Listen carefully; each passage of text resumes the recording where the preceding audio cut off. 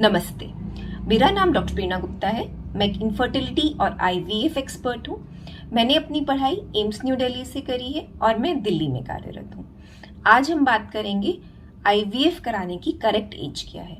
मुझसे ये क्वेश्चन काफ़ी बार पूछा जाता है। कई बार 25 ईयर ओल्ड कपल्स पूछते हैं कि अभी तो हमारी एज बहुत छोटी है, हमारी ट्यूब्स बंद हैं, डॉक्टर्स ने आईवीएफ के लिए बोला है, तो क्या इस एज में कराने से हमें आगे भी नुकसान होगा?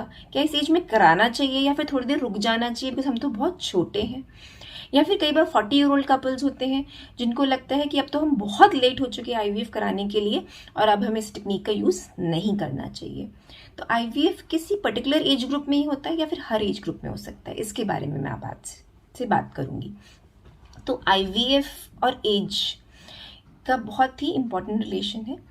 आईवीएफ की सक्सेस रेट्स एज पे डिपेंडेंट होती हैं। जैसे जैसे हमारी एज बढ़ती जाती है हमारी आईवीएफ की सक्सेस रेट्स गिरती जाती हैं। मोटे मोटे तौर पर हम आईवीएफ की सक्सेस रेट्स को 4 ग्रुप्स में डिवाइड करते हैं। 35 साल से कम उम्र, 35 से 37, 37 से 40 और 40 के अबव।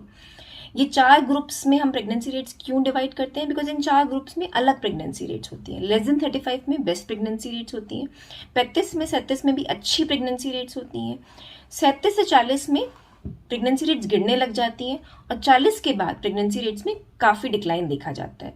ये डिक्लाइन इसलिए होता है कि जैसे जैसे हमारी एज बढ़ती जाती है हमारे quality as well as quantity of eggs में डिक्लाइन आने लग जाता है। सेकेंडली, ये तो हमारी प्रेगनेंसी रेट्स, आईवीएफ के साथ हमारी प्रेगनेंसी आएगी या नहीं आएगी। उसके बाद सेकेंडली मिसकैरेज रेट्स। एक तो हमारी प्रेगनेंसी रेट जैसे उम्र बढ़ती गई कम हो गई। सेकेंडली, हमारे बच्चा गिरने का रिस्क जैसे जैसे हमारी उम्र बढ़ती जाती है वो भी रिस्क बढ़ता जाता है। अगर हमारी उम्र 35 से कम है तो ये रिस्क सिर्फ 10 से 15% रहता है, जबकि ये रिस्क 40 साल की उम्र में अंदाजन 30 से 40% हो जाता है।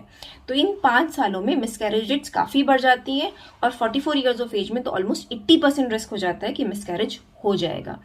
तो आईवीएफ में अगर हम करेक्ट एज में प्रेगनेंसी कर लेते हैं तो हमें प्रेगनेंसी रेट्स भी अच्छी मिलती हैं और मिसकैरेज रेट्स भी कम रहती हैं।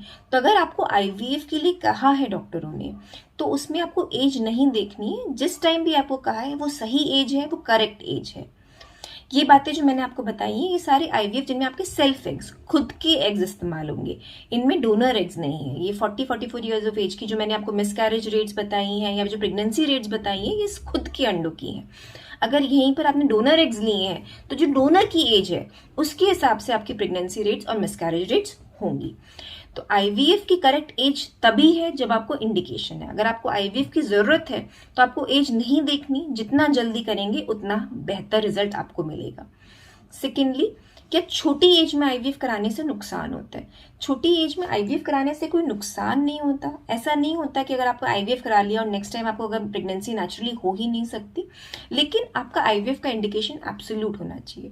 अगर मान लीजिए आपका ट्यूबल फैक्टर है, एंडोमेट्रियोसिस है, माइल्ड फैक्टर है, तो यूजली छोटी एज में डॉक्टर्स प्रेफर करते हैं कि अगर हम इसका ट्रीटमेंट लैप्रोस्कोपी से कर पाए, ट्यूब्स को खोल पाए, इसमें थोड़ा सा हम कंजर्वेटिव ज़्यादा हो जाते हैं बिकॉज हमारे पास टाइम काफ़ी होता है। हमें पता है कि हमारे पास रिप्रोडक्टिव पोटेंशियल बहुत है, हमारे पास बहुत साल है। लेकिन ये तभी वैलिड है जब आपकी एज छोटी है और आपको कोई और प्रॉब्लम्स नहीं। कई पेशेंट जिनकी एज छोटी है लेकिन उनके एएमएच, ओवेरियन रिजर्व की टेस्टिंग अभी ही लो आ रही है, तो उनकी क्लिनिकली एज 25 साल हो सकती है पर उनकी ओवरीज शायद 35-36 साल के हिसाब से बिहेव कर रही हो, तो उसमें भी उनको डिले नहीं करना है। या फिर आपकी एंडोमेट्रियोसिस सर्जरी, सिस्टेक्टमी हो चुकी है पहले, आप 1-1.5 साल नेचुरली कोशिश कर चुके हैं, उसके बाद भी आप कंसीव नहीं कर पा रहे, तो फिर आपको वेट नहीं करना है। अगर आपको ज़रूरत है तो आईवीएफ ज़रूर कराइए। तो आईवीएफ में हम ये जानते हैं कि जैसे एज बढ़ती जाती है 35 के बाद काफ़ी डिक्लाइन आता है प्रेगनेंसी रेट्स में। सेकेंडली, मिसकैरेज रेट्स भी बढ़ती जाती हैं। तो अगर आपको ज़रूरत है तो आईवीएफ के लिए करेक्ट एज आज है, कल नहीं है। तो ज़रूर अगर आपको नीड है तो डिले मत करिए इस ट्रीटमेंट को। इस ट्रीटमेंट की 100% सक्सेस रेट्स नहीं होती है। ये ट्रीटमेंट फेल भी कर सकता है, आपको बार बार भी ज़रूरत हो सकती है। तो अगर आपको बार बार भी ज़रूरत पड़े तो अगर आपकी एज बढ़ती जाएगी तो इसमें हमारी प्रॉब्लम बढ़ती जाएंगी।